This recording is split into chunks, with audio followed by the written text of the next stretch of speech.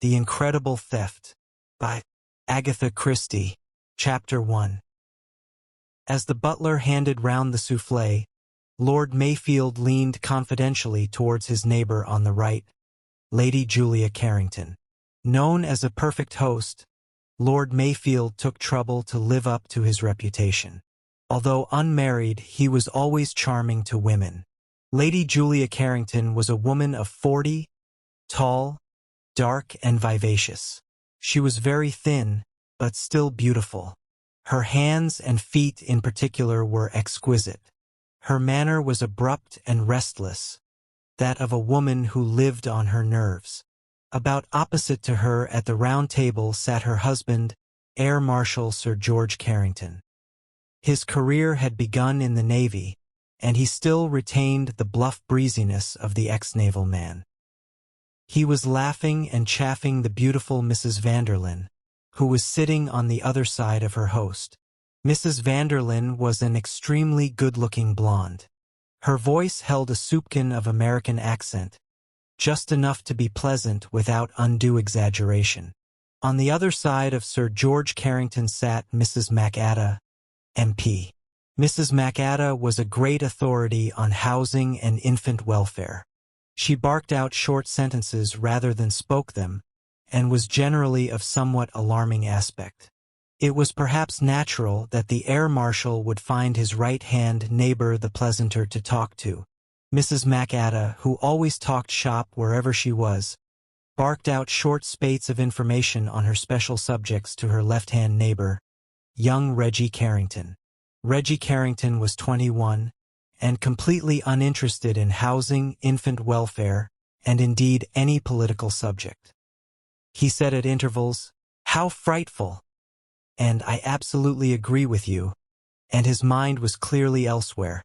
Mr. Carlyle, Lord Mayfield's private secretary, sat between young Reggie and his mother. A pale young man with pince-nez and an air of intelligent reserve. He talked little, but was always ready to fling himself into any conversational breach. Noticing that Reggie Carrington was struggling with a yawn, he leaned forward and adroitly asked Mrs. Agatha a question about her fitness for children's scheme. Round the table, moving silently in the subdued amber light, a butler and 2 footmen offered dishes and filled up wine glasses. Lord Mayfield paid a very high salary to his chef, and was noted as a connoisseur of wines. The table was a round one, but there was no mistaking who was the host. Where Lord Mayfield sat was so very decidedly the head of the table. A big man, square-shouldered, with thick silvery hair, a big straight nose and a slightly prominent chin. It was a face that lent itself easily to caricature. As Sir Charles Maclachlan, Lord Mayfield had combined a political career with being the head of a big engineering firm. He was himself a first-class engineer. His peerage had come a year ago, and at the same time he had been created First Minister of Armaments, a new ministry which had only just come into being. The dessert had been placed on the table. The port had circulated once. Catching Mrs. Vanderlyn's eye, Lady Julia rose. The 3 women left the room. The port passed once more, and Lord Mayfield referred lightly to pheasants. The conversation for 5 minutes or so was sporting. Then Sir George said, "Expect you'd like to join the others in the drawing-room, Reggie, my boy. Lord Mayfield won't mind." The boy took the hint easily enough. "Thanks, Lord Mayfield, I think I will," Mr. Carlyle murmured. "If you'll excuse me, Lord Mayfield, certain memoranda and other work to get through." Lord Mayfield nodded. The 2 young men left the room. The servants had retired some time before. The Minister for Armaments and the head of the Air Force were alone. After a minute or two, Carrington said, "Well, okay. Absolutely. There's nothing to touch this new bomber in any country in Europe. Make rings round 'em, eh? That's what I thought." "Supremacy of the air," said Lord Mayfield decisively. Sir George Carrington gave a deep sigh. "About time. You know, Charles, we've been through a ticklish spell. Lots of gunpowder everywhere all over Europe. And we weren't ready. Damn it, we've had a narrow squeak. And we're not out of the wood yet, however much we hurry on construction. Lord Mayfield murmured. Nevertheless, George, there are some advantages in starting late. A lot of the European stuff is out of date already and they're perilously near bankruptcy. I don't believe that means anything, said Sir George gloomily. One's always hearing this nation and that is bankrupt, but they carry on just the same. You know, finance is an absolute mystery to me. Lord Mayfield's eyes twinkled a little. Sir George Carrington was always so very much the old-fashioned bluff, honest old sea dog. There were people who said that it was a pose he deliberately adopted. Changing the subject, Carrington said in a slightly over-casual manner, "Attractive woman, Mrs. Vanderlyn." Lord Mayfield said, "Are you wondering what she's doing here?" His eyes were amused. Carrington looked a little confused. "Not at all, not at all." "Oh yes, you were. Don't be an old humbug, George. You were wondering, in a slightly dismayed fashion, whether I was the latest victim." Carrington said slowly, "I'll admit that it did seem a trifle odd to me that she should be here this particular weekend." Lord Mayfield nodded. "Where the carcass is, there are the vultures gathered together. We've got a very definite carcass, and Mrs. Vanderlyn might be described as vulture number 1. The Air Marshal said abruptly, "Know anything about this Vanderlyn woman?" Lord Mayfield clipped off the end of a cigar, lit it with precision and, throwing his head back, dropped out his words with careful deliberation. "What do I know about Mrs. Vanderlyn? I know that she's an American subject. I know that she's had 3 husbands, 1 Italian, 1 German, and 1 Russian, and that in consequence she has made useful what I think are called contacts in 3 countries. I know that she manages to buy very expensive clothes and live in a very luxurious manner, and that there is some slight uncertainty as to where the income comes from which permits her to do so." With a grin, Sir George Carrington murmured, "Your spies have not been inactive, Charles, I see." "I know," Lord Mayfield continued, "that in addition to having a seductive type of beauty, Mrs. Vanderlyn is also a very good listener, and that she can display a fascinating interest in what we call shop. That is to say, a man can tell her all about his job and feel that he is being intensely interesting to the lady. Sundry young officers have gone a little too far in their zeal to be interesting, and their careers have suffered in consequence. They have told Mrs. Vanderlyn a little more than they should have done. Nearly all the lady's friends are in the services, but last winter she was hunting in a certain county near one of our largest armament firms, and she formed various friendships not at all sporting in character. To put it briefly, Mrs. Vanderlyn is a very useful person to." He described a circle in the air with his cigar. "Perhaps we had better not say to whom. We will just say to a European power, and perhaps to more than one European power." Carrington drew a deep breath. "You take a great load off my mind, Charles. You thought I had fallen for the siren? My dear George, Mrs. Vanderlyn is just a little too obvious in her methods for a wary old bird like me. Besides, she is, as they say, not quite so young as she once was. Your young squadron leaders wouldn't notice that. But I am 56, my boy. In another 4 years, I shall probably be a nasty old man continually haunting the society of unwilling debutantes." "I was a fool," said Carrington apologetically. "But it seemed a bit odd It seemed to you odd that she should be here, in a somewhat intimate family party, just at the moment when you and I were to hold an unofficial conference over a discovery that will probably revolutionize the whole problem of air defense?" Sir George Carrington nodded. Lord Mayfield said, smiling, "That's exactly it. That's the bait." "The bait? You see, George, to use the language of the movies, we've nothing actually on the woman. And we want something. She's got away with rather more than she should in the past. But she's been careful, damnably careful. We know what she's been up to, but we've got no definite proof of it. We've got to tempt her with something big. Something big being the specification of the new bomber? Exactly. It's got to be something big enough to induce her to take a risk to come out into the open. And then we've got her. Sir George grunted. Oh, well, he said. I dare say it's all right. But suppose she won't take the risk. That would be a pity, said Lord Mayfield. Then he added, but I think she will. He rose. Shall we join the ladies in the drawing room? We mustn't deprive your wife of her bridge. Sir George grunted. Julia's a damn sight too fond of her bridge. Drops a packet over it. She can't afford to play as high as she does, and I've told her so. The trouble is, Julia's a born gambler. Coming round the table to join his host, he said, well, I hope your plan comes off, Charles. Chapter 2. In the drawing-room conversation had flagged more than once. Mrs. Vanderlyn was usually at a disadvantage when left alone with members of her own sex. That charming, sympathetic manner of hers, so much appreciated by members of the male sex, did not for some reason or other commend itself to women. Lady Julia was a woman whose manners were either very good or very bad. On this occasion she disliked Mrs. Vanderlyn, and was bored by Mrs. Agatha, and made no secret of her feelings.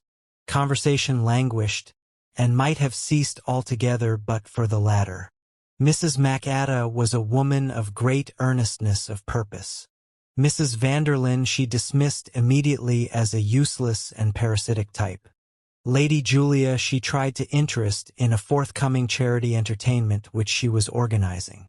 Lady Julia answered vaguely, stifled a yawn or two, and retired into her own inner preoccupation. Why didn't Charles and George come? How tiresome men were. Her comments became even more perfunctory as she became absorbed in her own thoughts and worries. The three women were sitting in silence when the men finally entered the room. Lord Mayfield thought to himself, Julia looks ill tonight. What a mass of nerves the woman is. Aloud he said, what about a rubber, eh? Lady Julia brightened at once. Bridge was as the breath of life to her.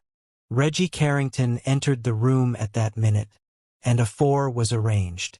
Lady Julia, Mrs. Vanderlyn, Sir George and young Reggie sat down to the card table. Lord Mayfield devoted himself to the task of entertaining Mrs. Agatha. When 2 rubbers had been played, Sir George looked ostentatiously at the clock on the mantelpiece. Hardly worth while beginning another, he remarked. His wife looked annoyed. It's only 11:15. A short one. They never are, my dear, said Sir George good-temperedly. Anyway, Charles and I have some work to do. Mrs. Vanderlyn murmured. How important that sounds. I suppose you clever men who are at the top of things never get a real rest. No 48-hour week for us, said Sir George. Mrs. Vanderlyn murmured. You know, I feel rather ashamed of myself as a raw American, but I do get so thrilled at meeting people who control the destinies of a country. I expect that seems a very crude point of view to you, Sir George. My dear Mrs. Vanderlyn, I should never think of you as crude or raw.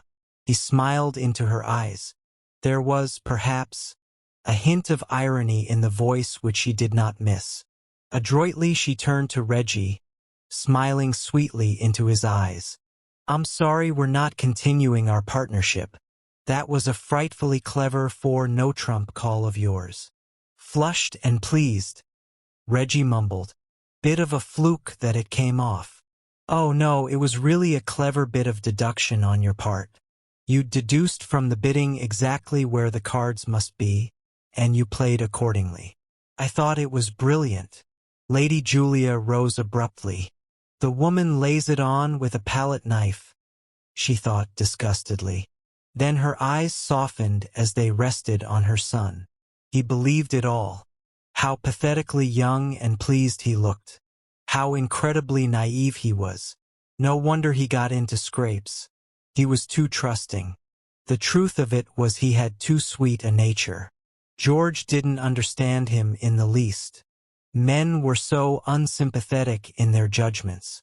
They forgot that they had even been young themselves. George was much too harsh with Reggie. Mrs. McAdam had risen. Good nights were said. The three women went out of the room. Lord Mayfield helped himself to a drink after giving one to Sir George. Then he looked up as Mr. Carlyle appeared at the door. "Get out the files and all the papers, will you, Carlyle? Including the plans and the prints. The air marshal and I will be along shortly. We'll just take a turn outside first." George?" It stopped raining. Mr. Carlyle, turning to depart, murmured an apology as he almost collided with Mrs. Vanderlyn. She drifted towards them, murmuring, "My book? I was reading it before dinner." Reggie sprang forward and held up a book. "Is this it? On the sofa?" "Oh yes, thank you so much." She smiled sweetly, said good night again and went out of the room. Sir George had opened one of the French windows. "Beautiful night now," he announced. "Good idea of yours to take a turn." Reggie said, "Well, good night, sir. I'll be toddling off to bed." "Good night, my boy," said Lord Mayfield.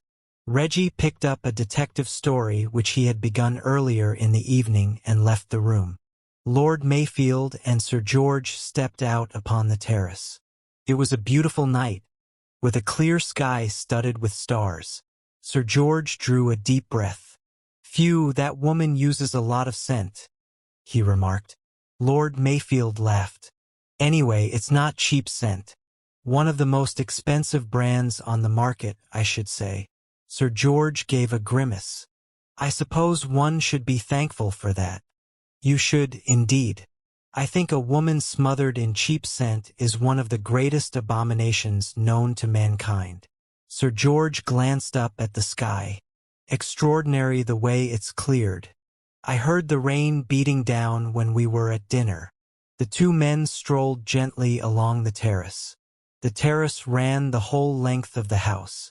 Below it the ground sloped gently away, permitting a magnificent view over the Sussex Weald. Sir George lit a cigar. "About this metal alloy dash," he began. The talk became technical.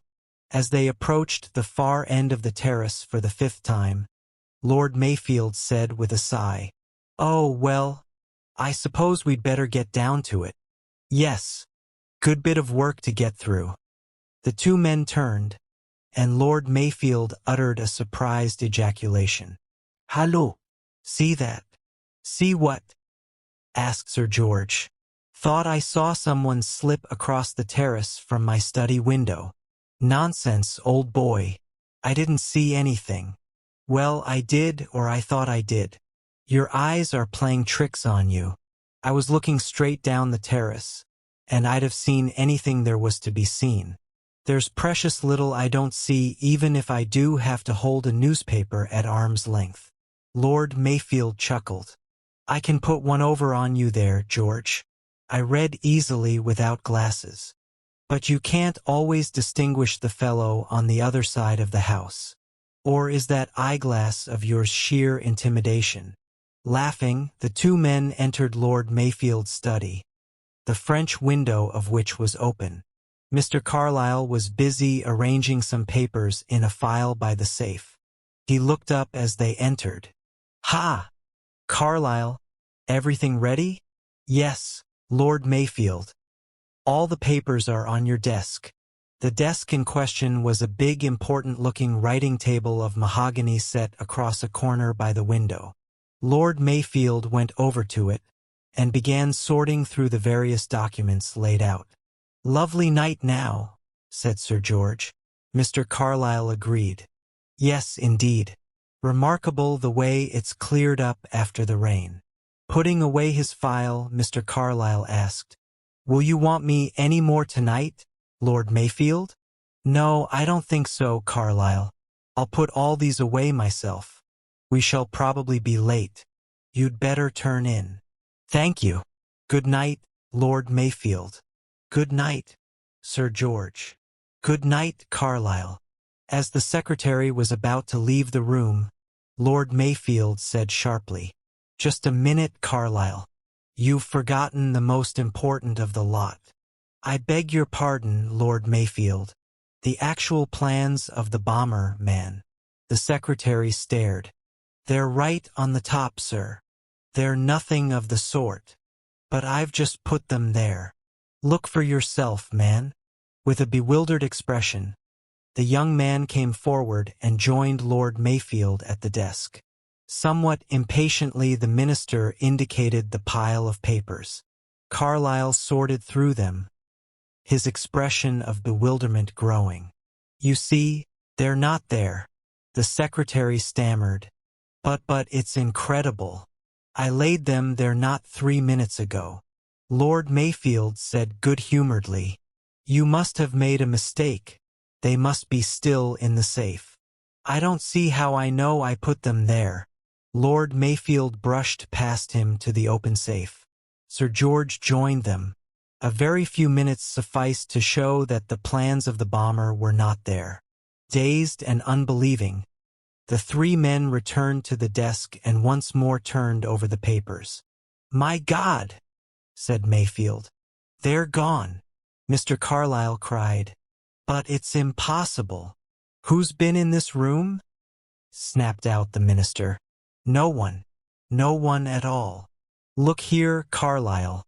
Those plans haven't vanished into thin air. Someone has taken them. Has Mrs. Vanderlyn been in here?" "Mrs. Vanderlyn? Oh, no, sir." "I'll back that," said Carrington. He sniffed the air.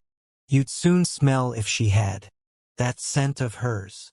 "Nobody has been in here," insisted Carlyle. "I can't understand it." "Look here, Carlyle," said Lord Mayfield. "Pull yourself together. We've got to get to the bottom of this. You're absolutely sure the plans were in the safe?" "Absolutely." "You actually saw them? You didn't just assume they were among the others?" No, Lord Mayfield. I saw them. I put them on top of the others on the desk. And since then, you say, nobody has been in the room. Have you been out of the room?" "No, at least, yes." "Ah!" cried Sir George. "Now we're getting at it." Lord Mayfield said sharply, "What on earth dash," when Carlyle interrupted. "In the normal course of events, Lord Mayfield, I should not, of course, have dreamt of leaving the room when important papers were lying about, but hearing a woman scream dash." "A woman scream?" ejaculated Lord Mayfield in a surprised voice. "Yes, Lord Mayfield. Startled me more than I can say. I was just laying the papers on the desk when I heard it, and naturally I ran out into the hall." "Who screamed?" "Mrs. Vanderlyn's French maid. She was standing halfway up the stairs, looking very white and upset and shaking all over. She said she had seen a ghost." "Seen a ghost?" "Yes. A tall woman dressed all in white who moved without a sound and floated in the air." "What a ridiculous story." "Yes, Lord Mayfield, that is what I told her. I must say she seemed rather ashamed of herself. She went off upstairs and I came back in here." "How long ago was this?" "Just a minute or two before you and Sir George came in." "And you were out of the room how long?" The secretary considered. 2 minutes, at the most 3. "Long enough," groaned Lord Mayfield. Suddenly he clutched his friend's arm. "George, that shadow I saw slinking away from this window. That was it." As soon as Carlyle left the room, he nipped in, seized the plans and made off. "Dirty work," said Sir George. Then he seized his friend by the arm. "Look here, Charles. This is the devil of a business. What the hell are we going to do about it?" Chapter 3. "At any rate, give it a trial, Charles." It was half an hour later. The two men were in Lord Mayfield's study, and Sir George had been expending a considerable amount of persuasion to induce his friend to adopt a certain course. Lord Mayfield, at first most unwilling, was gradually becoming less averse to the idea. Sir George went on. "Don't be so damned pig-headed, Charles," Lord Mayfield said slowly. "Why drag in a wretched foreigner we know nothing about? But I happen to know a lot about him. The man's a marvel." "Humph. Look here, Charles. It's a chance. Discretion is the essence of this business. If it leaks out, when it leaks out is what you mean." "Not necessarily. This man, Hercule Poirot, will come down here and produce the plans like a conjurer taking rabbits out of his hat, I suppose? He'll get at the truth. And the truth is what we want. Look here, Charles. I take all responsibility on myself," Lord Mayfield said slowly. "Oh, well, have it your own way. But I don't see what the fellow can do." Sir George picked up the phone. "I'm going to get through to him now. He'll be in bed. He can get up. Dash it all, Charles, you can't let that woman get away with it." "Mrs. Vanderlyn, you mean?" "Yes. You don't doubt, do you, that she's at the bottom of this?" "No, I don't. She's turned the tables on me with a vengeance. I don't like admitting, George, that a woman's been too clever for us. It goes against the grain. But it's true. We shan't be able to prove anything against her, and yet we both know that she's been the prime mover in the affair." "Women are the devil," said Carrington with feeling. "Nothing to connect her with it. Damn it all. We may believe that she put the girl up to that screaming trick, and that the man lurking outside was her accomplice. But the devil of it is we can't prove it. Perhaps Hercule Poirot can." Suddenly Lord Mayfield laughed. "By the Lord, George, I thought you were too much of an old John Bull to put your trust in a Frenchman, however clever." "He's not even a Frenchman, he's a Belgian," said Sir George in a rather shamefaced manner. "Well, have your Belgian down. Let him try his wits on this business. I'll bet he can't make more of it than we can."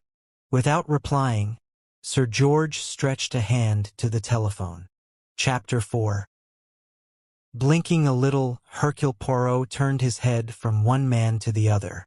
Very delicately he smothered a yawn. It was 2:30 in the morning. He had been roused from sleep and rushed down through the darkness in a big Rolls-Royce. Now he had just finished hearing what the two men had to tell him. "Those are the facts, Poirot," said Lord Mayfield. He leaned back in his chair and slowly fixed his monocle in one eye. Through it a shrewd, pale blue eye watched Poirot attentively. Besides being shrewd, the eye was definitely skeptical. Poirot cast a swift glance at Sir George Carrington. That gentleman was leaning forward with an expression of almost childlike hopefulness on his face. Poirot said slowly, "I have the facts, yes. The maid screams, the secretary goes out, the nameless watcher comes in. The plans are there on top of the desk. He snatches them up and goes. The facts, they are all very convenient." Something in the way he uttered the last phrase seemed to attract Lord Mayfield's attention. He sat up a little straighter, his monocle dropped. It was as though a new alertness came to him. "I beg your pardon, Poirot? I said, Lord Mayfield, that the facts were all very convenient for the thief. By the way, you are sure it was a man you saw?" Lord Mayfield shook his head. "That I couldn't say. It was just a shadow. In fact, I was almost doubtful if I had seen anyone." Poirot transferred his gaze to the air marshal. "And you, Sir George? Could you say if it was a man or a woman?" "I didn't see anyone myself." Poirot nodded thoughtfully. Then he skipped suddenly to his feet and went over to the writing table. "I can assure you that the plans are not there," said Lord Mayfield. "We have all three been through those papers 6 times." "All three? You mean your secretary also?" "Yes, Carlyle." Poirot turned suddenly. "Tell me, Lord Mayfield, Which paper was on top when you went over to the desk? Mayfield frowned a little in the effort of remembrance. Let me see. Yes, it was a rough memorandum of some sort of our air defense positions. Deftly, Poirot nipped out a paper and brought it over. Is this the one, Lord Mayfield? Lord Mayfield took it and glanced over it. Yes, that's the one. Poirot took it over to Carrington. Did you notice this paper on the desk? Sir George took it, held it away from him, then slipped on his pince-nez. Yes, that's right. I looked through them too with Carlyle and Mayfield. This was on top. Poirot nodded thoughtfully. He replaced the paper on the desk. Mayfield looked at him in a slightly puzzled manner. If there are any other questions, he began. But yes, certainly there is a question. Carlyle. Carlyle is the question. Lord Mayfield's color rose a little. Carlyle M. Poirot is quite above suspicion. He has been my confidential secretary for 9 years. He has access to all my private papers, and I may point out to you that he could have made a copy of the plans and a tracing of the specifications quite easily without anyone being the wiser. I appreciate your point, said Poirot.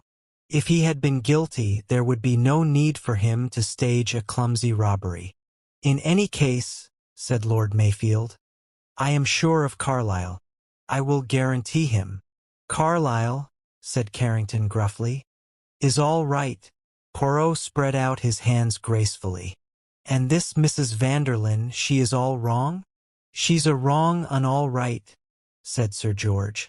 Lord Mayfield said in more measured tones, I think, M. Poirot, that there can be no doubt of Mrs. Vanderlyn's well activities. The Foreign Office can give you more precious data as to that. And the maid, you take it, is in with her mistress? Not a doubt of it, said Sir George. It seems to me a plausible assumption, said Lord Mayfield more cautiously. There was a pause. Poirot sighed, and absent-mindedly rearranged 1 or 2 articles on a table at his right hand. Then he said, I take it that these papers represented money? That is, the stolen papers would be definitely worth a large sum in cash. If presented in a certain quarter, yes. Such as? Sir George mentioned the names of 2 European powers. Poirot nodded. That fact would be known to anyone, I take it? Mrs. Vanderlyn would know it all right. I said to anyone? I suppose so, yes. Anyone with a minimum of intelligence would appreciate the cash value of the plans? Yes. But Poirot Lord Mayfield was looking rather uncomfortable. Poirot held up a hand. I do what you call explore all the avenues.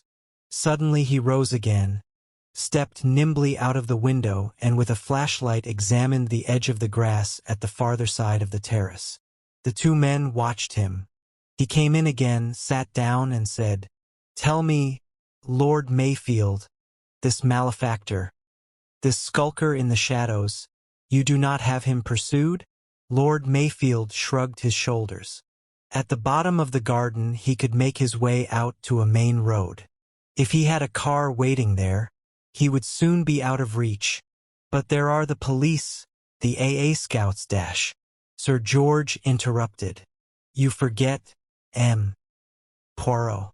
We cannot risk publicity. If it were to get out that these plans had been stolen, the result would be extremely unfavorable to the party. Ah, yes, said Poirot. One must remember la politique. The great discretion must be observed. You send instead for me. Ah well, perhaps it is simpler. You are hopeful of success, Poirot? Lord Mayfield sounded a trifle incredulous. The little man shrugged his shoulders. Why not? One has only to reason to reflect. He paused a moment and then said, I would like now to speak to Mr. Carlyle. Certainly. Lord Mayfield rose. I asked him to wait up. He will be somewhere at hand. He went out of the room. Poirot looked at Sir George. Eh bien, he said. What about this man on the terrace? My dear M. Poirot. Don't ask me. I didn't see him, and I can't describe him. Poirot leaned forward. So you have already said. But it is a little different from that, is it not? What do you mean? Asked Sir George abruptly. How shall I say it? Your disbelief, it is more profound. Sir George started to speak, then stopped. But yes, said Poirot encouragingly. Tell me. You are both at the end of the terrace. Lord Mayfield sees a shadow slip from the window and across the grass. Why do you not see that shadow? Carrington stared at him. You've hit it, M. Poirot. I've been worrying about that ever since. You see, I'd swear that no one did leave this window. Though Mayfield had imagined it branch of a tree waving, something of that kind. And then when we came in here and found there had been a robbery, it seemed as though Mayfield must have been right and I'd been wrong. And yet, Poirot smiled. And yet you still in your heart of hearts believe in the evidence, the negative evidence of your own eyes? You're right, M. Poirot, I do. Poirot gave a sudden smile. How wise you are, Sir George said sharply. There were no footprints on the grass edge? Poirot nodded. Exactly. Lord Mayfield, he fancies he sees a shadow. Then there comes the robbery and he is sure but sure. It is no longer a fancy, he actually saw the man. But that is not so. Me, I do not concern myself much with footprints and such things, but for what it is worth we have that negative evidence. There were no footprints on the grass. It had rained heavily this evening. If a man had crossed the terrace to the grass this evening, his footprints would have shown. Sir George said, staring. But then, it brings us back to the house, to the people in the house. He broke off as the door opened and Lord Mayfield entered with Mr. Carlyle. Though still looking very pale and worried, the secretary had regained a certain composure of manner. Adjusting his pince-nez, he sat down and looked at Poirot inquiringly. How long had you been in this room when you heard the scream, monsieur? Carlyle considered. Between 5 and 10 minutes, I should say. And before that there had been no disturbance of any kind? No. I understand that the house party had been in one room for the greater part of the evening. Yes, the drawing room. Poirot consulted his notebook. Sir George Carrington and his wife, Mrs. Agatha, Mrs. Vanderlyn, Mr. Reggie Carrington, Lord Mayfield and yourself. Is that right? I myself was not in the drawing room. I was working here the greater part of the evening. Poirot turned to Lord Mayfield. Who went up to bed first? Lady Julia Carrington, I think. As a matter of fact, the three ladies went out together. And then, Mr. Carlyle came in and I told him to get out the papers as Sir George and I would be along in a minute.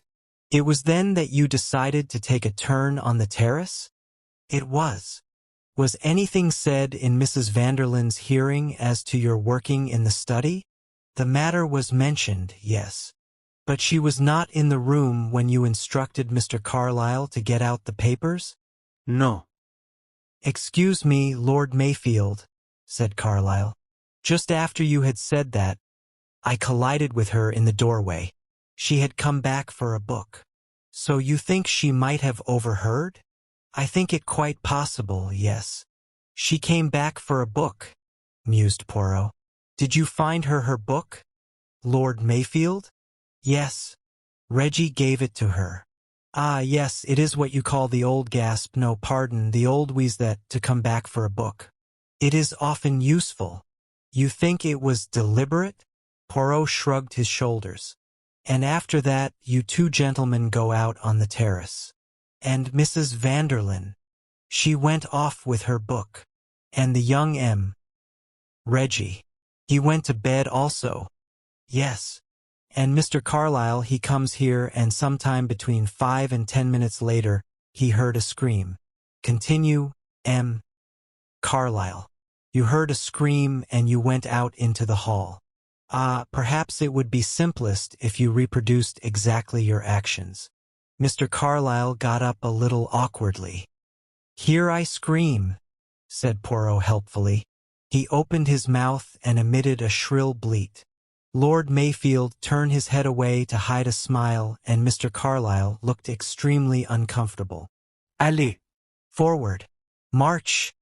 Cried Poirot. It is your cue that I give you there. Mr. Carlyle walked stiffly to the door, opened it and went out. Poirot followed him. The other two came behind. The door. Did you close it after you or leave it open?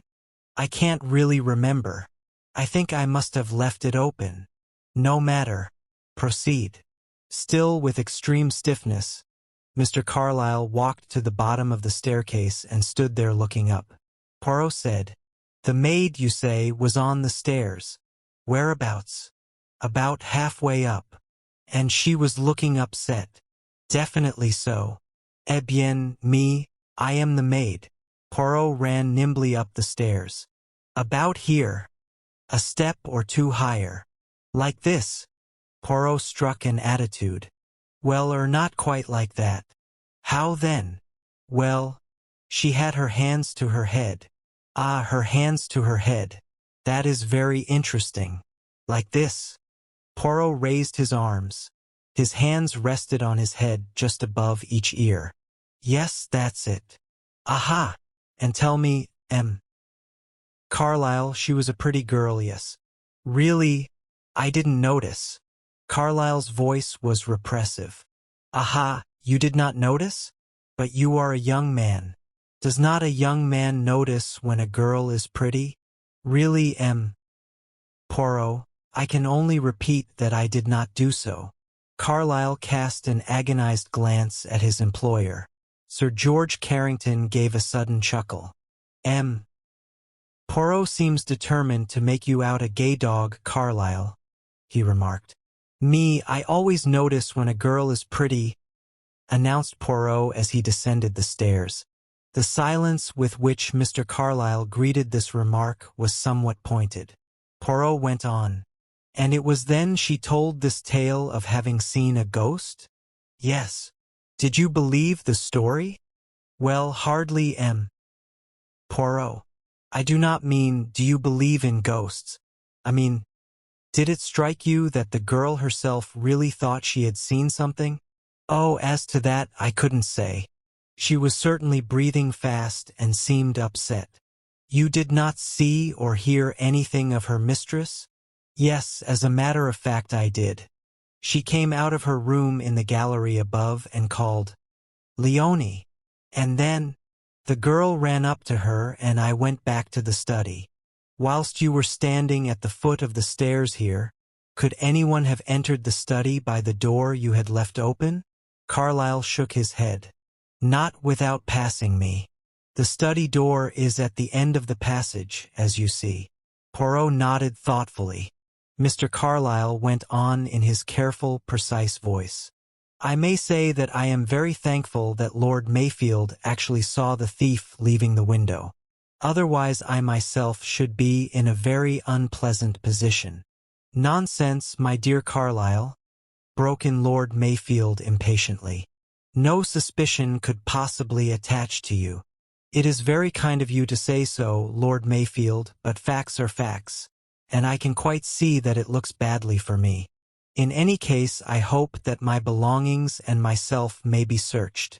Nonsense, my dear fellow, said Mayfield. Poirot murmured, You are serious in wishing that? I should infinitely prefer it.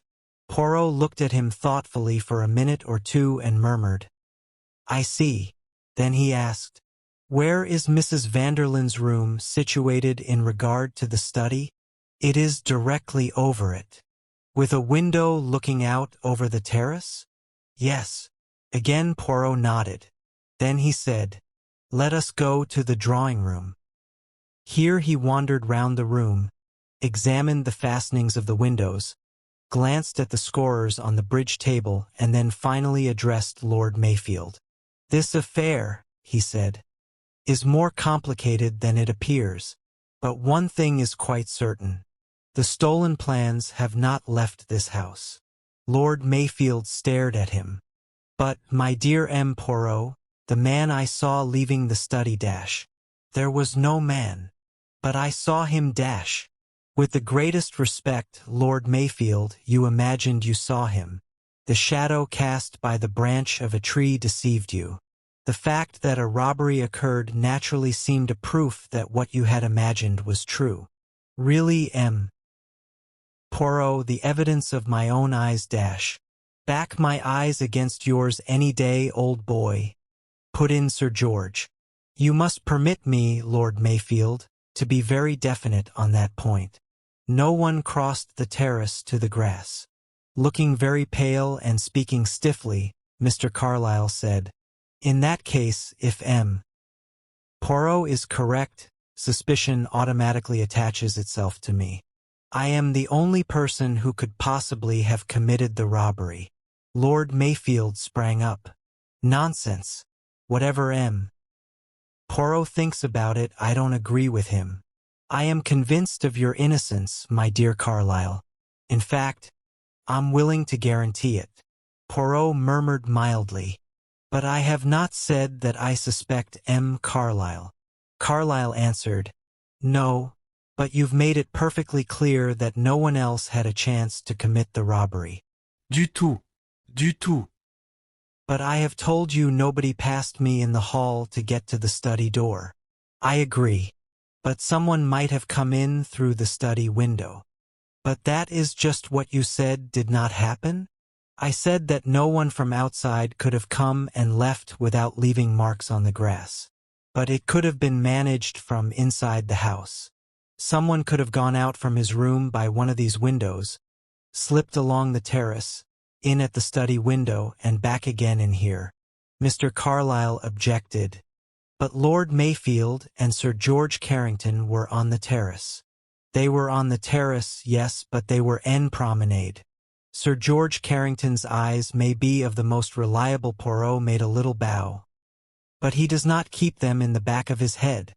The study window is at the extreme left of the terrace, the windows of this room come next, but the terrace continues to the right past 1, 2, 3, perhaps 4 rooms.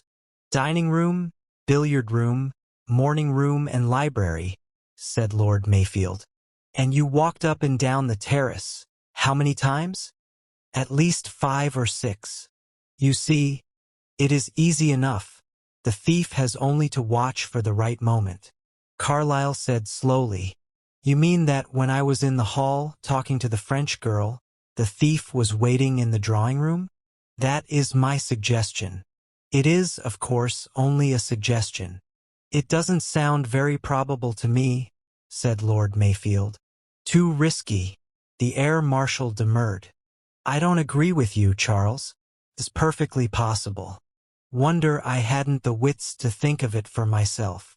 So you see, said Poirot. While believe that the plans are still in the house. The problem now is to find them. Sir George snorted. That's simple enough. Search everybody. Lord Mayfield made a movement of dissent. But Poirot spoke before he could. No, it is not so simple as that. The person who took those plans will anticipate that a search will be made and will make quite sure that they are not found amongst his or her belongings. They will have been hidden in neutral ground. Do you suggest that we've got to go playing hide and seek all over the Bally House? Poirot smiled. No, we need not be so crude as that. We can arrive at the hiding place, or alternatively at the identify of the guilty person, by reflection. That will simplify matters.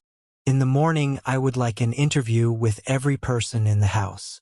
It would, I think, be unwise to seek those interviews now. Lord Mayfield nodded. Cause too much comment, he said. If we dragged everybody out of their beds at 3 in the morning. In any case you'll have to proceed with a good deal of camouflage, M. Poirot. This matter has got to be kept dark. Poirot waved an airy hand. Leave it to Hercule Poirot.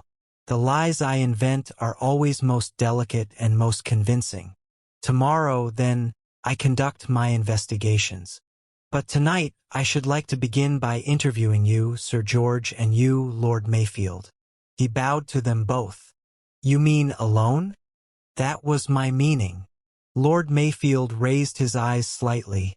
Then he said, "Certainly. I'll leave you alone with Sir George. When you want me, you'll find me in my study." Come, Carlile. He and the secretary went out, shutting the door behind them. Sir George sat down, reaching mechanically for a cigarette. He turned a puzzled face to Poirot. "You know," he said slowly, "I don't quite get this." "That is very simply explained," said Poirot with a smile. "In 2 words, to be accurate. Mrs. Vanderlyn." "Oh," said Carrington. "I think I see. Mrs. Vanderlyn. Precisely. It might be, you see, that it would not be very delicate to ask Lord Mayfield the question I want to ask. Why Mrs. Vanderlyn? This lady, she is known to be a suspicious character. Why, then, should she be here? I say to myself there are 3 explanations. 1, that Lord Mayfield has a penchant for the lady, and that is why I seek to talk to you alone. I do not wish to embarrass him. 2, that Mrs. Vanderlyn is perhaps the dear friend of someone else in the house." "You can count me out," said Sir George with a grin. "Then, if neither of those cases is true, the question returns in redoubled force. Why Mrs. Vanderlyn? And it seems to me I perceive a shadowy answer. There was a reason. Her presence at this particular juncture was definitely desired by Lord Mayfield for a special reason. Am I right?" Sir George nodded. "You're quite right," he said. "Mayfield is too old a bird to fall for her wiles. He wanted her here for quite another reason. It was like this." He retailed the conversation that had taken place at the dinner table. Poirot listened attentively. "Ah," he said, "I comprehend now. Nevertheless, it seems that the lady has turned the tables on you both rather neatly." Sir George swore freely. Poirot watched him with some slight amusement. Then he said, "You do not doubt that this theft is her doing, I mean that she is responsible for it, whether or no she played an active part?" Sir George stared. "Of course not. There isn't any doubt of that. Why, who else would have any interest in stealing those plans?" "Ah," said Hercule Poirot. He leaned back and looked at the ceiling. "And yet, Sir George, we agreed not a quarter of an hour ago that these papers represented very definitely money. Not perhaps in quite so obvious a form as banknotes or gold or jewelry, but nevertheless they were potential money." If there were anyone here who was hard up the other, interrupted him with a snort. "Who isn't these days? I suppose I can say it without incriminating myself." He smiled and Poirot smiled politely back at him and murmured, "Mais oui, you can say what you like. For you, Sir George, have the one unimpeachable alibi in this affair. But I'm damned hard up myself." Poirot shook his head sadly. "Yes, indeed. A man in your position has heavy living expenses. Then you have a young son at a most expensive age dash." Sir George groaned. "Education's bad enough, then debt's on top of it. Mind you, this lad's not a bad lad." Poirot listened sympathetically. He heard a lot of the air marshal's accumulated grievances. The lack of grit and stamina in the younger generation, the fantastic way in which mothers spoilt their children and always took their side, the curse of gambling once it got hold of a woman, the folly of playing for higher stakes than you could afford. It was couched in general terms. Sir George did not allude directly to either his wife or his son, but his natural transparency made his generalizations very easy to see through. He broke off suddenly. "Sorry. Mustn't take up your time with something that's right off the subject, especially at this hour of the night, or rather morning." He stifled a yawn. "I suggest, Sir George, that you should go to bed. You have been most kind and helpful. Right, think I will turn in. You really think there is a chance of getting the plans back?" Poirot shrugged his shoulders. "I mean to try. I do not see why not. Well, I'll be off. Good night. He left the room. Poirot remained in his chair staring thoughtfully at the ceiling. Then he took out a little notebook and turning to a clean page, he wrote, Mrs. Vanderlyn, Lady Julia Carrington, Mrs. MacAda, Reggie Carrington, Mr. Carlyle. Underneath he wrote, Mrs. Vanderlyn and Mr. Reggie Carrington, Mrs. Vanderlyn and Lady Julia, Mrs. Vanderlyn and Mr. Carlyle. He shook his head in a dissatisfied manner, murmuring, Say plus simple KCA. Then he added a few short sentences. Did Lord Mayfield see a shadow? If not, why did he say he did? Did Sir George see anything? He was positive he had seen nothing after I examined Flowerbed. Note: Lord Mayfield is nearsighted, can read without glasses but has to use a monocle to look across a room. Sir George is long-sighted. Therefore, from the far end of the terrace, his sight is more to be depended upon than Lord Mayfield's. Yet Lord Mayfield is very positive that he did see something and is quite unshaken by his friend's denial. Can anyone be quite as above suspicion as Mr. Carlyle appears to be? Lord Mayfield is very emphatic as to his innocence. Too much so. Why? Because he secretly suspects him and is ashamed of his suspicions? Or because he definitely suspects some other person? That is to say, some person other than Mrs. Vanderlyn? He put the notebook away. Then, getting up, he went along to the study. Chapter 5. Lord Mayfield was seated at his desk when Poirot entered the study. He swung round, laid down his pen, and looked up inquiringly. Well, Poirot, had your interview with Carrington? Poirot smiled and sat down. Yes, Lord Mayfield. He cleared up a point that had puzzled me. What was that? The reason for Mrs. Vanderlyn's presence here. You comprehend, I thought it possible Mayfield was quick to realize the cause of Poirot's somewhat exaggerated embarrassment. You thought I had a weakness for the lady? Not at all. Far from it. Funnily enough, Carrington thought the same. Yes, he has told me of the conversation he held with you on the subject. Lord Mayfield looked rather rueful. My little scheme didn't come off. Always annoying to have to admit that a woman has got the better of you. Ah, but she has not got the better of you yet, Lord Mayfield. You think we may yet win? Well, I'm glad to hear you say so. I'd like to think it was true. He sighed. I feel I've acted like a complete fool, so pleased with my stratagem for entrapping the lady, Hercule Poirot said, as he lit one of his tiny cigarettes. What was your stratagem exactly, Lord Mayfield? Well, Lord Mayfield hesitated. I hadn't exactly got down to details. You didn't discuss it with anyone? No. Not even with Mr. Carlyle? No. Poirot smiled. You prefer to play a lone hand, Lord Mayfield.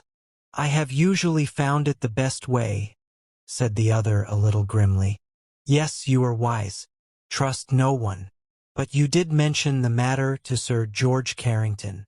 Simply because I realized that the dear fellow was seriously perturbed about me.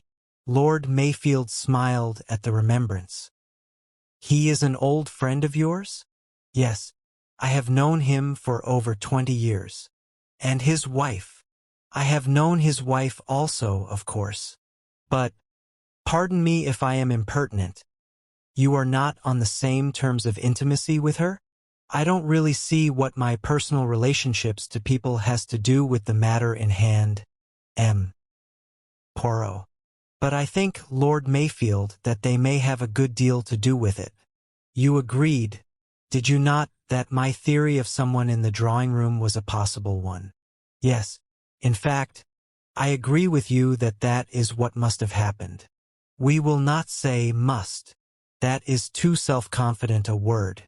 But if that theory of mine is true, who do you think the person in the drawing-room could have been? Obviously Mrs. Vanderlyn. She had been back there once for a book. She could have come back for another book, or a handbag, or a dropped handkerchief, one of a dozen feminine excuses. She arranges with her maid to scream and get Carlyle away from the study. Then she slips in and out by the windows, as you said. You forget it could not have been Mrs. Vanderlyn. Carlyle heard her call the maid from upstairs while he was talking to the girl. Lord Mayfield bit his lip. True. I forgot that. He looked thoroughly annoyed. You see, said Poirot gently, we progress. We have first the simple explanation of a thief who comes from outside and makes off with the booty. A very convenient theory, as I said at the time, too convenient to be readily accepted. We have disposed of that. Then we come to the theory of the foreign agent, Mrs. Vanderlyn, and that again seems to fit together beautifully up to a certain point. But now it looks as though that, too, was too easy, too convenient to be accepted. You'd wash Mrs. Vanderlyn out of it altogether? It was not Mrs. Vanderlyn in the drawing room. It may have been an ally of Mrs. Vanderlyn's who committed the theft, but it is just possible that it was committed by another person altogether. If so, we have to consider the question of motive. Isn't this rather far-fetched, M. Poirot? I do not think so. Now what motives could there be? There is the motive of money. The papers may have been stolen with the object of turning them into cash. That is the simplest motive to consider. But the motive might possibly be something quite different. Such as Poirot said slowly. It might have been done definitely with the idea of damaging someone. Who? Possibly Mr. Carlyle. He would be the obvious suspect. But there might be more to it than that. The men who control the destiny of a country, Lord Mayfield, are particularly vulnerable to displays of popular feeling. Meaning that the theft was aimed at damaging me? Poirot nodded. I think I am correct in saying, Lord Mayfield, that about 5 years ago you passed through a somewhat trying time. You were suspected of friendship with a European power at that time bitterly unpopular with the electorate of this country. Quite true, M. Poirot. A statesman in these days has a difficult task. He has to pursue the policy he deems advantageous to his country, but he has at the same time to recognize the force of popular feeling. Popular feeling is very often sentimental, muddle-headed, and eminently unsound, but it cannot be disregarded for all that. How well you express it. That is exactly the curse of a politician's life. He has to bow to the country's feeling, however dangerous and foolhardy he knows it to be. That was your dilemma, I think. There were rumors that you had concluded an agreement with the country in question. This country and the newspapers were up in arms about it. Fortunately, the Prime Minister was able categorically to deny the story, and you repudiated it, though still making no secret of the way your sympathies lay. All this is quite true, M. Poirot, but why rake up past history? Because I consider it possible that an enemy, disappointed in the way you surmounted that crisis, might endeavor to stage a further dilemma. You soon regained public confidence. Those particular circumstances have passed away. You are now, deservedly, one of the most popular figures in political life. You are spoken of freely as the next Prime Minister when Mr. Humberley retires. You think this is an attempt to discredit me? Nonsense. Tout de même, Lord Mayfield. It would not look well if it were known that the plans of Britain's new bomber had been stolen during a weekend when a certain very charming lady had been your guest. Little hints in the newspapers as to your relationship with that lady would create a feeling of distrust in you. Such a thing could not really be taken seriously. My dear Lord Mayfield, you know perfectly well it could. It takes so little to undermine public confidence in a man. Yes, that's true, said Lord Mayfield. He looked suddenly very worried. God, how desperately complicated this business is becoming. Do you really think, but it's impossible. You know of nobody who is jealous of you? Absurd.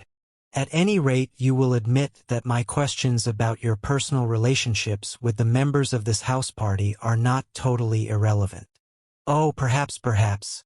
You asked me about Julia Carrington. There's really not very much to say. I've never taken to her very much, and I don't think she cares for me. She's one of these restless, nervy women, recklessly extravagant and mad about cards. She's old-fashioned enough, I think, to despise me as being a self-made man. Poirot said, I looked you up in Who's Who before I came down. You were the head of a famous engineering firm, and you are yourself a first-class engineer. There's certainly nothing I don't know about the practical side.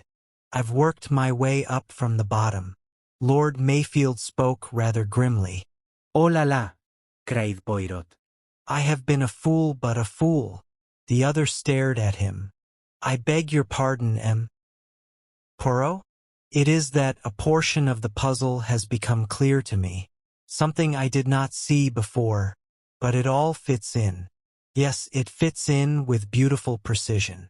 Lord Mayfield looked at him in somewhat astonished inquiry. But with a slight smile Poirot shook his head. No, not now. I must arrange my ideas a little more clearly. He rose. Good night, Lord Mayfield. I think I know where those plans are. Lord Mayfield cried out. You know? Then let us get hold of them at once. Poirot shook his head. No, that would not do. Precipitancy would be fatal. But leave it all to Hercule Poirot. He went out of the room. Lord Mayfield raised his shoulders in contempt. Man's a mountebank, he muttered. Then, putting away his papers and turning out the lights, he, too, made his way up to bed. Chapter 6. If there's been a burglary, why the devil doesn't old Mayfield send for the police? Demanded Reggie Carrington. He pushed his chair slightly back from the breakfast table. He was the last down. His host, Mrs. MacAda and Sir George had finished their breakfast some time before. His mother and Mrs. Vanderlyn were breakfasting in bed. Sir George, repeating his statement on the lines agreed upon between Lord Mayfield and Hercule Poirot, had a feeling that he was not managing it as well as he might have done. To send for a queer foreigner like this seems very odd to me, said Reggie. What has been taken, father? I don't know exactly, my boy. Reggie got up. He looked rather nervy and on edge this morning. Nothing important? No papers or anything like that? To tell you the truth, Reggie, I can't tell you exactly. Very hush-hush, is it? I see. Reggie ran up the stairs, paused for a moment halfway with a frown on his face, and then continued his ascent and tapped on his mother's door. Her voice bade him enter. Lady Julia was sitting up in bed, scribbling figures on the back of an envelope. Good morning, darling. She looked up, then said sharply, Reggie, is anything the matter? Nothing much. But it seems there was a burglary last night. A burglary? What was taken? Oh, I don't know. It's all very hush-hush. There's some odd kind of private inquiry agent downstairs asking everybody questions. How extraordinary. It's rather unpleasant, said Reggie slowly. Staying in a house when that kind of thing happens. What did happen exactly? Don't know. It was some time after we all went to bed. Look out, Mother, you'll have that tray off. He rescued the breakfast tray and carried it to a table by the window. Was money taken? I tell you I don't know. Lady Julia said slowly. I suppose this inquiry man is asking everybody questions? I suppose so. Where they were last night. All that kind of thing? Probably. Well, I can't tell him much. I went straight up to bed and was asleep in next to no time. Lady Julia did not answer. I say, Mother, I suppose you couldn't let me have a spot of cash. I'm absolutely broke. No, I couldn't, his mother replied decisively. I've got the most frightful overdraft myself. I don't know what your father will say when he hears about it. There was a tap at the door and Sir George entered. "Ah, there you are, Reggie. Will you go down to the library? Hercule Poirot wants to see you." Poirot had just concluded an interview with the redoubtable Mrs. MacAda. A few brief questions had elicited the information that Mrs. MacAda had gone up to bed just before 11, and had heard or seen nothing helpful. Poirot slid gently from the topic of the burglary to more personal matters. He himself had a great admiration for Lord Mayfield. As a member of the general public, he felt that Lord Mayfield was a truly great man. Of course, Mrs. MacAda, being in the know, would have a far better means of estimating that than himself. "Lord Mayfield has brains," allowed Mrs. MacAda, "and he has carved his career out entirely for himself. He owes nothing to hereditary influence. He has a certain lack of vision, perhaps. In that I find all men sadly alike. They lack the breadth of a woman's imagination. Woman Poirot is going to be the great force in government in 10 years' time." Poirot said that he was sure of it. He slid to the topic of Mrs. Vanderlyn. Was it true, as he had heard hinted, that she and Lord Mayfield were very close friends? "Not in the least. To tell you the truth, I was very surprised to meet her here. Very surprised indeed." Poirot invited Mrs. MacAda's opinion of Mrs. Vanderlyn and got it. One of those absolutely useless women, Poirot. Women that make one despair of one's own sex. A parasite, first and last a parasite. Men admired her? Men! Mrs. MacAda spoke the word with contempt. Men are always taken in by those very obvious good looks.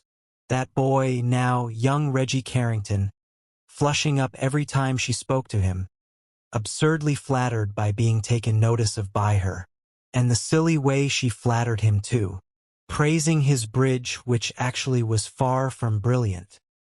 "He is not a good player? He made all sorts of mistakes last night. Lady Julia is a good player, is she not?" "Much too good in my opinion," said Mrs. MacAda. "It's almost a profession with her. She plays morning, noon, and night. For high stakes. Yes, indeed, much higher than I would care to play. Indeed, I shouldn't consider it right. She makes a good deal of money at the game?" Mrs. MacAda gave a loud and virtuous snort. "She reckons on paying her debts that way. But she's been having a run of bad luck lately, so I've heard. She looked last night as though she had something on her mind. The evils of gambling, Poirot, are only slightly less than the evils caused by drink. If I had my way, this country should be purified. Poirot was forced to listen to a somewhat lengthy discussion on the purification of England's morals. Then he closed the conversation adroitly and sent for Reggie Carrington. He summed the young man up carefully as he entered the room, the weak mouth camouflaged by the rather charming smile, the indecisive chin, the eyes set far apart, the rather narrow head. He thought that he knew Reggie Carrington's type fairly well. "Mr. Reggie Carrington? Yes. Anything I can do. Just tell me what you can about last night." "Well, let me see, we played bridge in the drawing room. After that, I went up to bed." "That was at what time?" "Just before 11. I suppose the robbery took place after that." "Yes, after that. You did not hear or see anything?" Reggie shook his head regretfully. "I'm afraid not. I went straight to bed and I sleep pretty soundly." "You went straight up from the drawing room to your bedroom and remained there until the morning?" "That's right." "Curious," said Poirot. Reggie said sharply, "What do you mean, curious? You did not, for instance, hear a scream?" "No, I didn't." "Ah, very curious. Look here, I don't know what you mean. You are, perhaps, slightly deaf?" "Certainly not." Poirot's lips moved. It was possible that he was repeating the word curious for the third time. Then he said, "Well, Thank you, Mr. Carrington, that is all. Reggie got up and stood rather irresolutely. You know, he said, now you come to mention it, I believe I did hear something of the kind. Ah, you did hear something? Yes, but you see, I was reading a book, a detective story, as a matter of fact, and I didn't really quite take it in. Ah, said Poirot. A most satisfying explanation. His face was quite impassive. Reggie still hesitated. Then he turned and walked slowly to the door. There he paused and asked, I say, what was stolen? Something of great value, Mr. Carrington. That is all I am at liberty to say. Oh, said Reggie rather blankly. He went out. Poirot nodded his head. It fits, he murmured. It fits very nicely. He touched a bell and inquired courteously if Mrs. Vanderlyn was up yet. Chapter 7. Mrs. Vanderlyn swept into the room looking very handsome. She was wearing an artfully cut russet sports suit that showed up the warm lights of her hair. She swept to a chair and smiled in a dazzling fashion at the little man in front of her. For a moment something showed through the smile. It might have been triumph, it might almost have been mockery. It was gone almost immediately, but it had been there. Poirot found the suggestion of it interesting. Burglars? Last night? But how dreadful! Why no, I never heard a thing. What about the police? Can't they do anything? Again, just for a moment the mockery showed in her eyes. Hercule Poirot thought, it is very clear that you are not afraid of the police, my lady. You know very well that they are not going to be called in. And from that followed what? He said soberly, you comprehend, madame. It is an affair of the most discreet. Why, naturally, Poirot, isn't it? I shouldn't dream of breathing a word.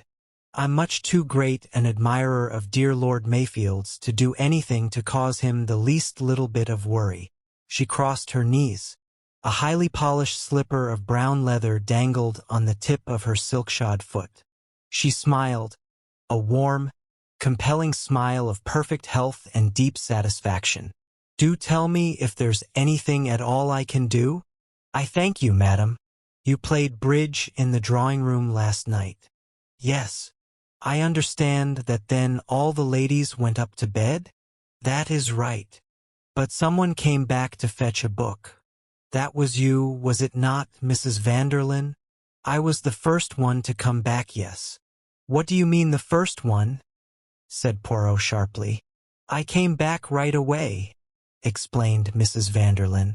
Then I went up and rang for my maid. She was a long time in coming.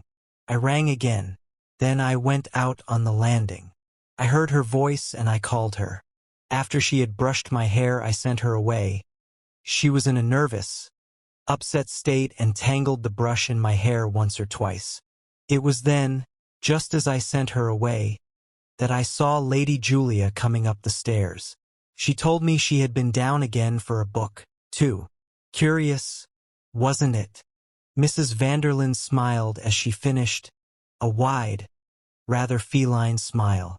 Hercule Poirot thought to himself that Mrs. Vanderlyn did not like Lady Julia Carrington.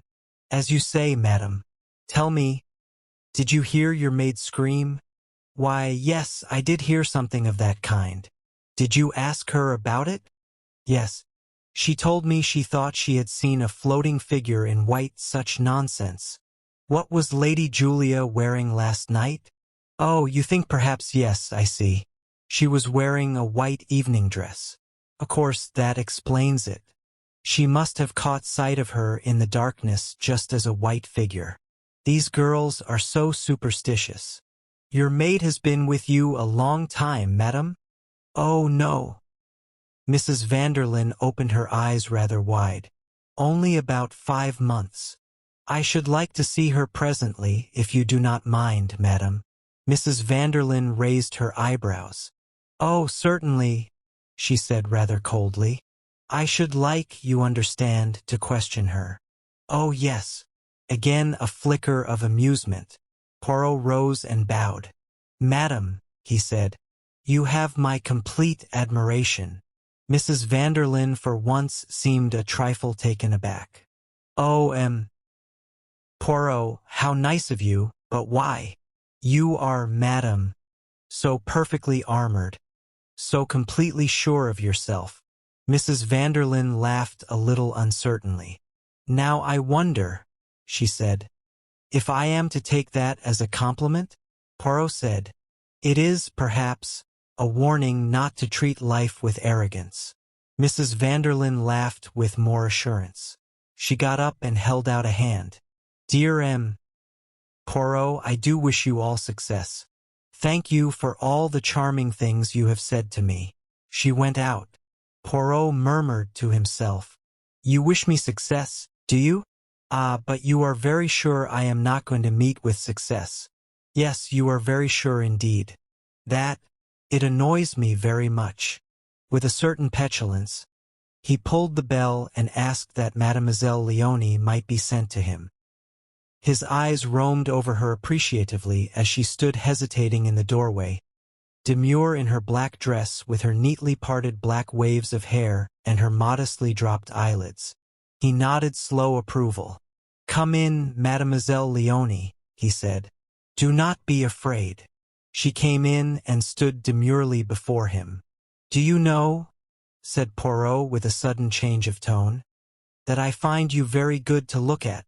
Leonie responded promptly. She flashed him a glance out of the corner of her eyes and murmured softly, Monsieur is very kind. Figure to yourself, said Poirot. I demand of M. Carlyle whether you are or not good-looking, and he replies that he does not know. Leonie cocked her chin up contemptuously. That image, that describes him very well. I do not believe he has ever looked at a girl in his life, that one. Probably not. Pity. He has missed a lot. But there are others in this house who are more appreciative. Is it not so? Really? I do not know what Monsieur means. Oh, yes, Mademoiselle Leonie, you know very well. A pretty history that you recount last night about a ghost that you have seen. As soon as I hear that you are standing there with your hands to your head, I know very well that there is no question of ghosts. If a girl is frightened, she clasps her heart, or she raises her hands to her mouth to stifle a cry. But if her hands are on her hair, it means something very different. It means that her hair has been ruffled, and that she is hastily getting it into shape again. Now then, mademoiselle, let us have the truth. Why did you scream on the stairs? But monsieur, it is true. I saw a tall figure all in white. Mademoiselle, do not insult my intelligence. That story, it may have been good enough for M. Carlyle, but it is not good enough for Hercule Poirot. The truth is that you had just been kissed. Is it not so? And I will make a guess that it was M. Reggie Carrington who kissed you. Leonie twinkled an unabashed eye at him.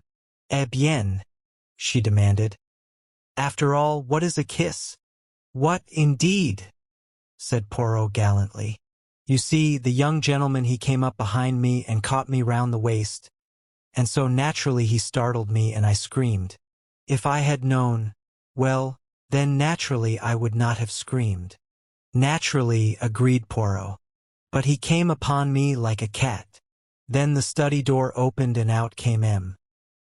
Le secrétaire and the young gentleman slipped away upstairs, and there I was looking like a fool. Naturally I had to say something, especially to Dash. She broke into French. Un jeune homme comme ça. Tellement comme il faut. So you invent a ghost? Indeed, monsieur, it was all I could think of.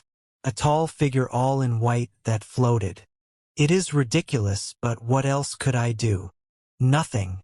So now all is explained. I had my suspicions from the first. Leonie shot him a provocative glance. Monsieur is very clever and very sympathetic. And since I am not going to make you any embarrassments over the affair, you will do something for me in return? Most willingly, monsieur. How much do you know of your mistress's affairs? The girl shrugged her shoulders. Not very much, monsieur. I have my ideas, of course. And those ideas? Well, it does not escape me that the friends of Madame are always soldiers or sailors or airmen. And then there are other friends, foreign gentlemen who come to see her very quietly sometimes. Madame is very handsome, though I do not think she will be so much longer. The young men, they find her very attractive. Sometimes I think they say too much, but it is only my idea that Madame does not confide in me. What you would have me to understand is that Madame plays a lone hand? That is right, monsieur. In other words, you cannot help me. I fear not, monsieur. I would do if I could. Tell me, your mistress is in a good mood today? Decidedly, monsieur. Something has happened to please her? She has been in good spirits ever since she came here. Well, Leonie, you should know. The girl answered confidently. Yes, monsieur. I could not be mistaken there. I know all Madame's moods. She is in high spirits. Positively triumphant? That is exactly the word, monsieur. Poirot nodded gloomily. I find that a little hard to bear, yet I perceive that it is inevitable. Thank you, mademoiselle, that is all. Leonie threw him a coquettish glance. Thank you, monsieur. If I meet monsieur on the stairs, be well assured that I shall not scream. My child, said Poirot with dignity. I am of advanced years. What have I to do with such frivolities? But with a little twitter of laughter, Leonie took herself off. Poirot paced slowly up and down the room. His face became grave and anxious. And now, he said at last, for Lady Julia. What will she say, I wonder? Lady Julia came into the room with a quiet air of assurance.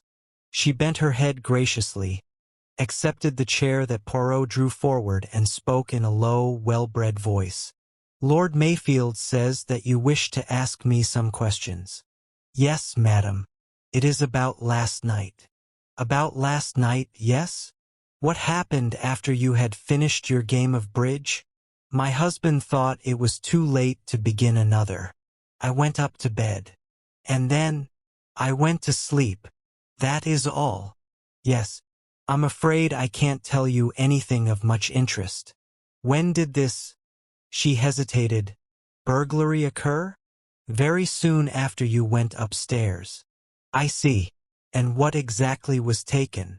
Some private papers, madam. Important papers? Very important. She frowned a little and then said, They were valuable? Yes, madam. They were worth a good deal of money. I see. There was a pause, and then Poirot said, What about your book, madam? My book. She raised bewildered eyes to him. Yes, I understand Mrs. Vanderlyn to say that some time after you three ladies had retired you went down again to fetch a book. Yes, of course, so I did. So that, as a matter of fact, you did not go straight to bed when you went upstairs? You returned to the drawing room? Yes, that is true. I had forgotten. While you were in the drawing room, did you hear someone scream? No, yes, I don't think so. Surely, madam, you could not have failed to hear it in the drawing room. Lady Julia flung her head back and said firmly, I heard nothing. Poirot raised his eyebrows, but did not reply. The silence grew uncomfortable.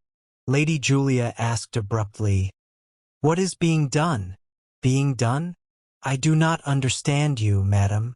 I mean about the robbery. Surely the police must be doing something. Poirot shook his head. The police have not been called in. I am in charge. She stared at him, her restless, haggard face sharpened and tense. Her eyes, dark and searching, sought to pierce his impassivity. They fell at last defeated. You cannot tell me what is being done?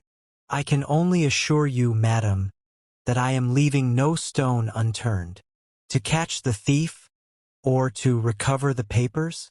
The recovery of the papers is the main thing, madam. Her manner changed. It became bored, listless. Yes, she said indifferently. I suppose it is. There was another pause. Is there anything else, Poirot? No, madame. I will not detain you further. Thank you. He opened the door for her. She passed out without glancing at him. Poirot went back to the fireplace and carefully rearranged the ornaments on the mantelpiece. He was still at it when Lord Mayfield came in through the window. "Well?" said the latter. "Very well, I think. Events are shaping themselves as they should." Lord Mayfield said, staring at him. "You are pleased." "No, I am not pleased, but I am content. Really am. Poirot, I cannot make you out. I am not such a charlatan as you think. I never said dash. No, but you thought. No matter. I am not offended. It is sometimes necessary for me to adopt a certain pose." Lord Mayfield looked at him doubtfully with a certain amount of distrust. Hercule Poirot was a man he did not understand. He wanted to despise him, but something warned him that this ridiculous little man was not so futile as he appeared. Charles McLachlan had always been able to recognize capability when he saw it. "Well," he said, "we are in your hands. What do you advise next? Can you get rid of your guests? I think it might be arranged. I could explain that I have to go to London over this affair. They will then probably offer to leave." "Very good. Try and arrange it like that." Lord Mayfield hesitated. "You don't think dash?" "I am quite sure that that would be the wise course to take."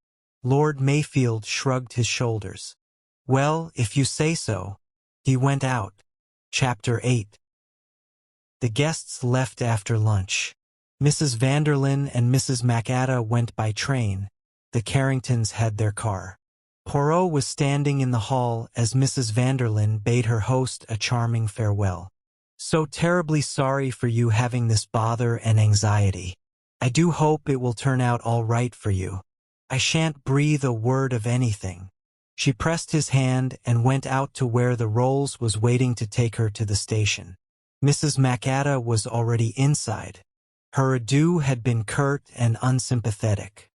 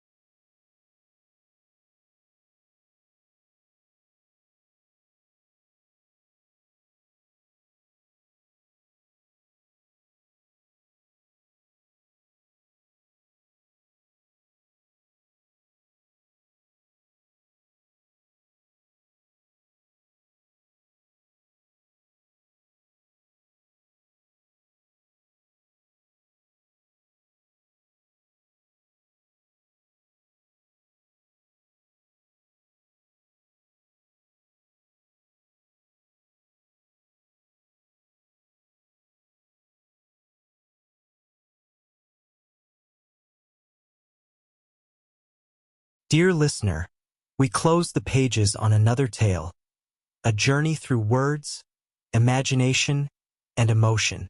Here at the Falls Audiobook, where stories flow like a river's current, carrying you to distant worlds and uncharted depths. We thank you for joining us.